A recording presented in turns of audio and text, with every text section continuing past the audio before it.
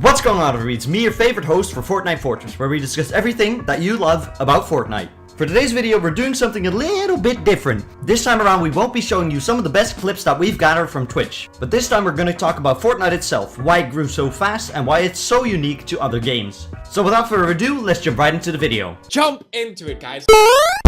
Fortnite came onto the market as a battle royale and blew up like no other game did before. But the big question is, why did it blow up? So we're gonna break that down into 10 points that we think made Fortnite as big as it is today. The first thing you hear when you ask someone what makes Fortnite so unique is, of course, building.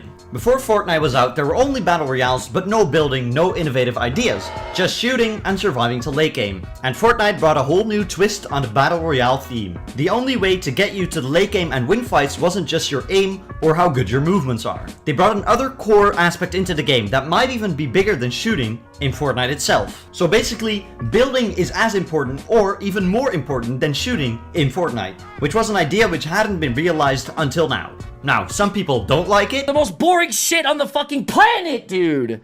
How do you guys like this game so fucking much?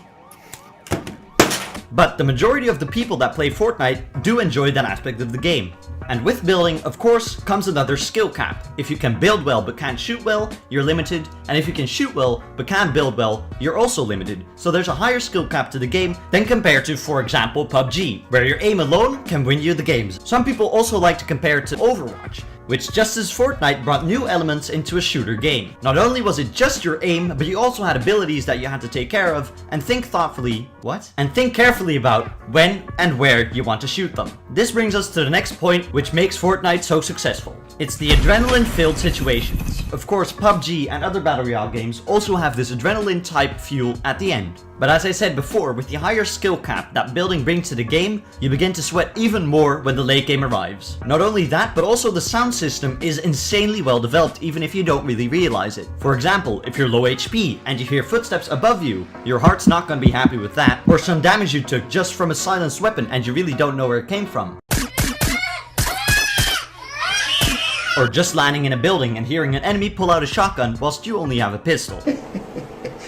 All these minor details that they put into the sound system really live up to the adrenaline-filled situations. Which brings us to our third point, the shareable moments that this game creates. Not only because of the adrenaline-filled situations are clips really good to share, but the amount of trick shots that you can pull off with different weapons and different traps or different vehicles makes for a really shareable game. And if a game is shareable and gets shared online, a lot of people are gonna see it and gonna get interested, which helps the game grow immensely. And now playing into that is our fourth point, which is the constant change of Fortnite. Every 10 weeks we get introduced to a new season. If that isn't enough for you, every day we get a new item shop, and every 2 days probably we get a new skin, and every day we get a new emote, every day we get more challenges, etc, etc. Oh my god! All this constant change makes it so interesting for people to stay and keep playing. If a game just stays the same, it will get dull and boring. So introducing, for example, new vehicles or new weapons brings attention and makes people want to play the game more. Not only that, but also the map is constantly changing. Every week where they move some kind of bandwagon or they make a new little site where they're digging stuff, and it keeps you constantly guessing what's going on in this Fortnite world, what's coming next. But also, every season there's a major change in both the lore and the Fortnite map. As we all know, in Season 4 the meteor dropped, which created the Dusty Divot. Then our boy Kevin the Cube came down from the heavens and destroyed everything, leaving us with a completely new loot lake. Then the season after that we get a snow biome with different vehicles that play into that. And in that season itself there was constant change. There was a fucking ball coming from the sky with someone in it. There was a fucking stupidly OP sword. Sing, sing, sing, sing, sing, sing, sing! And this map update didn't even just change what was already the map, but it also brought a new part to the map. It got bigger. Also, I just realized that I'm forgetting that we got the desert, which brought a second Tilted Towers, as I like to call it. And of course, in Season 8, we got the pirate-themed jungle, with pirate ships, pirate cannons, and everything themed around it. We also got new forms of mobility. So with the changes of the map, there's also new changes to either the vehicles, or the way you move around, or the characters that you can play. Everything that Fortnite does just kind of coexists with each other, and brings us this game that we just want to keep coming back for. talking about wanting to come back, is the FOMO effect, which is the fear of missing out. As I said, Fortnite releases new content every single day, which makes you want to come back every single day to check what new content there is, and you do not want to miss out. Maybe there's a new cool dance that you want to be getting and you don't really want to miss out on it.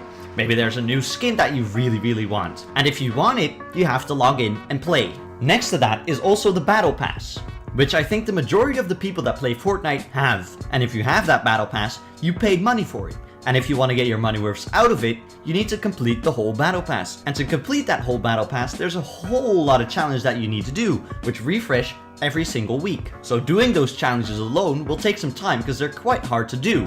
And above that, it refreshes every single week. So if you want to get your money worth out of it, you better come back.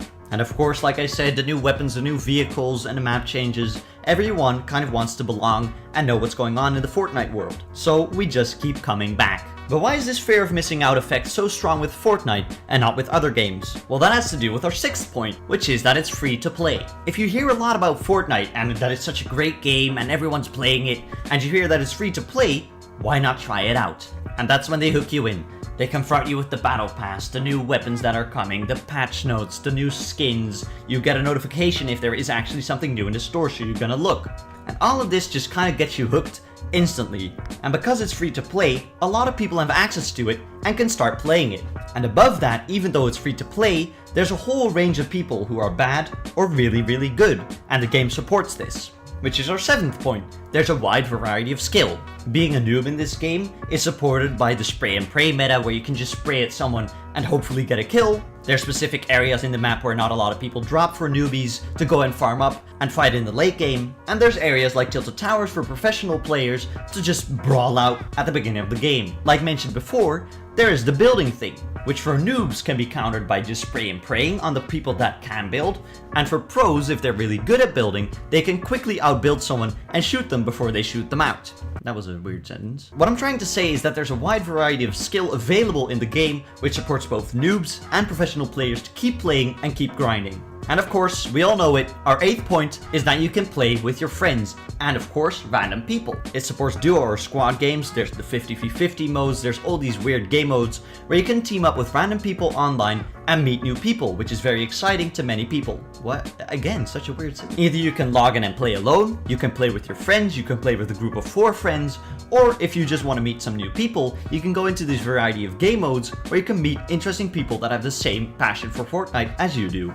And I think that we can all agree, playing with someone else is much more fun than playing on your own. And playing with people on Fortnite is so well supported by all these game modes and all these options to do fill. I lost my train of thought. Where was I going? At the end of the day, it's fun, okay, to play with other people, and it works. Not only is it really fun to play, but also, number 9 of our list, it's culturally... Wow, that's a difficult word.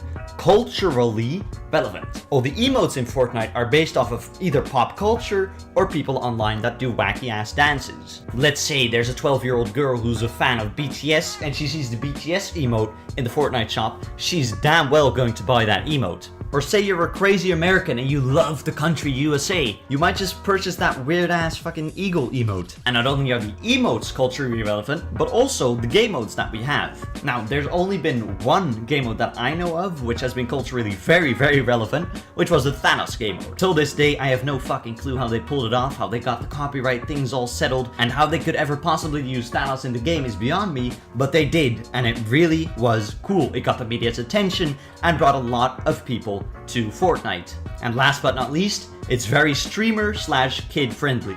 The kids nowadays are real gamers, and if there's a kid-friendly game on the block, which streamers can stream very easily so that the content can get to the kids, that is just a recipe for success. And kids are very impressionable, which it might be wrong to do, but there's nothing against it in the law.